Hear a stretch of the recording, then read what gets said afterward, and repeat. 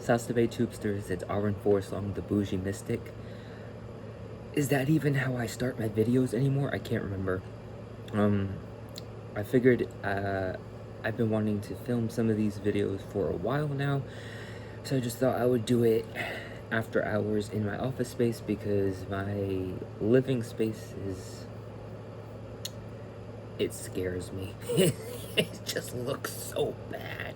This moving process has been the #1 worst moving experiences in my whole life. There's been so many things going on.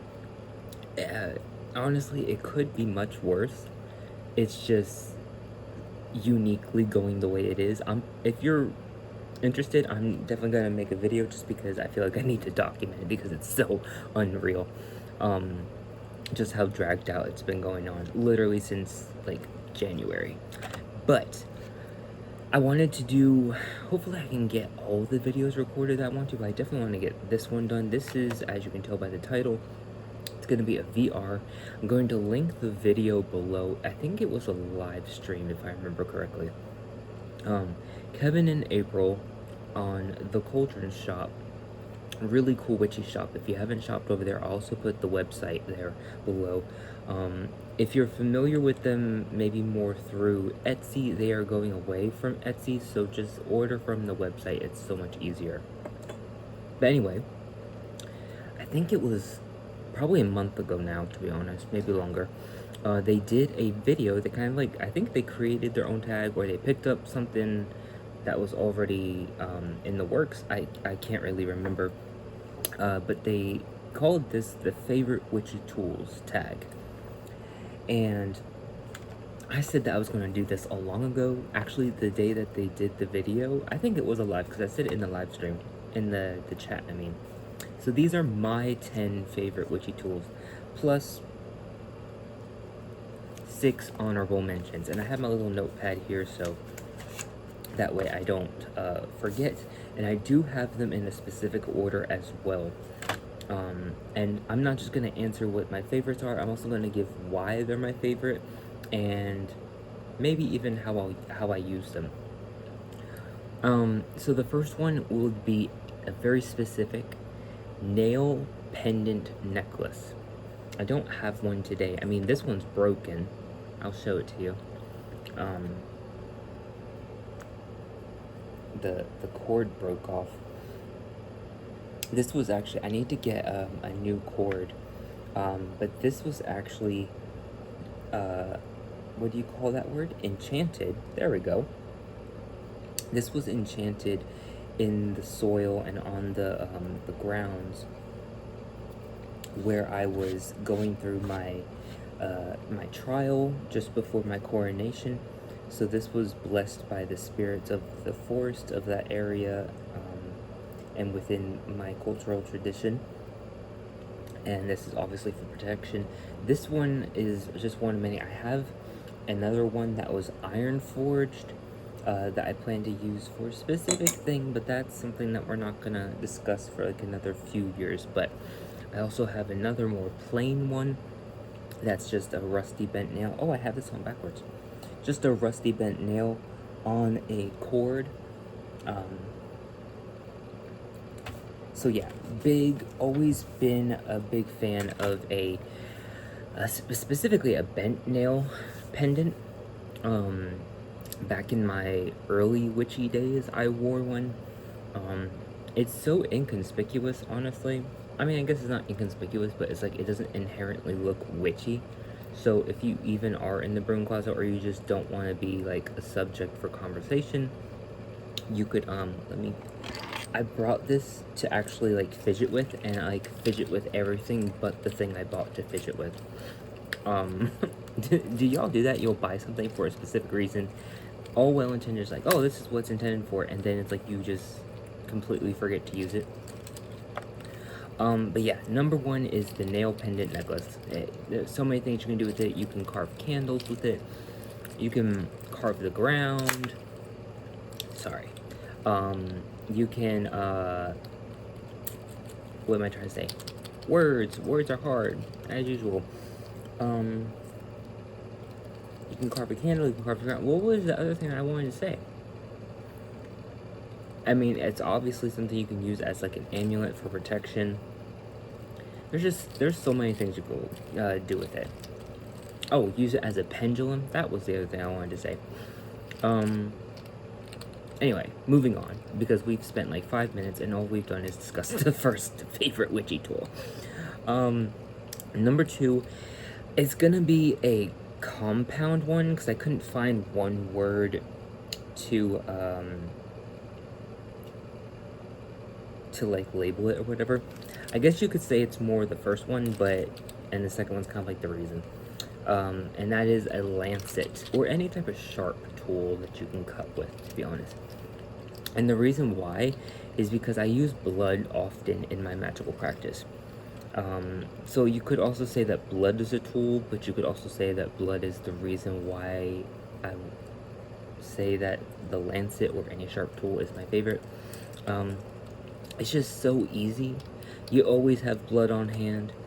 You always, you know, have enough to spare. You know what I'm saying? Like, it gives your whole, well, maybe not your whole, but it gives quite a bit of your genetic code. It's so great. It's so easy.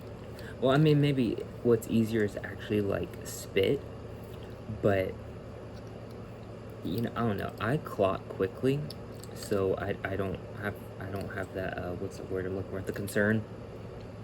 But love blood, and it's so primal too. Like, you really feel like you're doing some witchcraft and some old school shit when you're using blood. Number 3 is a pencil. And I feel like so many people are just not going to take this seriously, or they're going to laugh or something. But specifically, I don't have one here, but specifically your like number 2 pencils, like the ones you hand sharpen or something like that, or even like a, what's it called? I think a landscaper or architect pencil that you can sharpen with a knife, or even like charcoals, like pieces of charcoal or something like that. Anything like that that's like a natural writing utensil,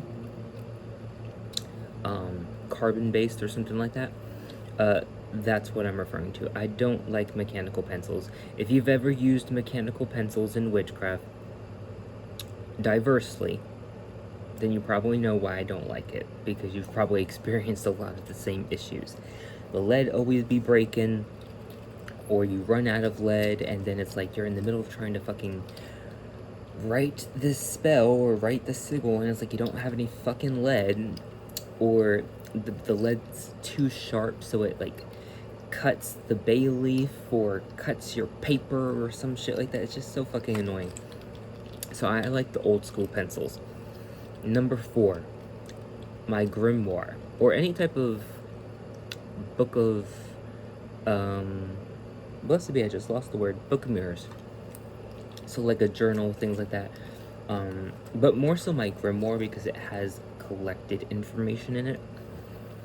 But any tomes of like collected work, of my collected work, but we'll just call it grimoire for now, because it's just, you can always refer back to it, you know, and you can add more to it, and it's just, you feel your past self. Well, I don't know, maybe I do. I feel the agings of the workings and stuff like that, and the nostalgia and the memory of creating the page, how long it took me, all the thought process I put behind like coloring and drawing and sketching and writing out and doing things a certain way or things that, like, this, so cool. The intention of creating the grimoire page is just amazing. Number 5, this one I couldn't get specific on, but it's dirt. If you've watched enough of my videos, you know how much I love dirt. Cemetery dirt, torture chamber dirt, if you know, you know. Witch cottage dirt. What else? There's so many. So many. 9 ancient oaks dirt. I thought there was something under my nail. But yeah, I love me some dirt. Bank dirt, 4 roads dirt, 3 roads dirt, also called crossroads dirt or forked roads dirt. Just love me some dirt. There's so many things you can do with it. Create so many pathways. You can lay it down on things and no one will know because it'll just look like regular dirt, or it'll look like dust, or it'll just blend in, especially if you do it outside. It will never get found. It will never be taken away. Oh my god. Oh, I'm about to do a spell with Bobcat tractor. It's gonna be so good. Number 6. This one's another cop-out collective answer. It's stones. And when I say stones, I guess I could have said rocks because it would have included stones and crystals, but I'm talking about like your basic pebbles and stones and rocks that you find, but to include crystals. I don't think anyone remembers because it was technically done on my previous channel. I think that fucking nail put brown dirt shit on my desk. On my previous channel, and I don't even know if I ever shared it on the channel, to be honest. But I used to have a lot of like white and black stones and some like gray and blue and light brown and dark brown, and I would use these stones with like subtle color magic for certain workings and stuff like that. So like stones, laying quarters, casting circles, making sigils, making charms, amulets. Oh, there's so much that you can do with them. Number 7 is going to be figures. This includes everything from figurines, statuary, and dolls. I love that shit.